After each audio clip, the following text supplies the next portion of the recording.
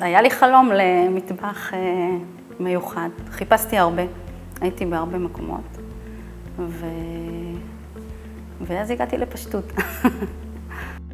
ברגע שפתחתי את הדלת ונכנסתי לגלריה, השתוממתי.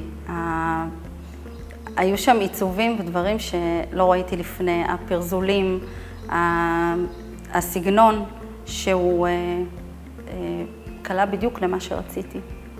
חיפשתי מטבח שאני יכולה לערוך בו סדנאות, משהו שככה מרווח, אבל עם זאת שיהיה נוח ופרקטי. מטבח ירוק רציתי.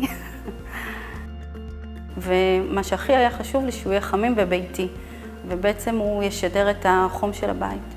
ואלכס ממש הרגשתי שהוא רוקם את החלום בתנועות של הסרטוט שלו.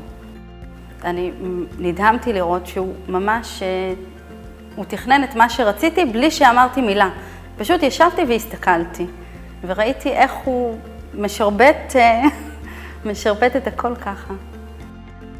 ביום אחרי ההתקנה נכנסתי לפשטות, פתחתי את הדלת ופשוט פרצתי בבכי. הלקוחות שהיו שם הסתכלו קצת בשוק, עד שהם הבינו שזה פשוט מאוד של שמחה. זה היה מדהים לראות את המטבח עומד. חלום שהתגשם.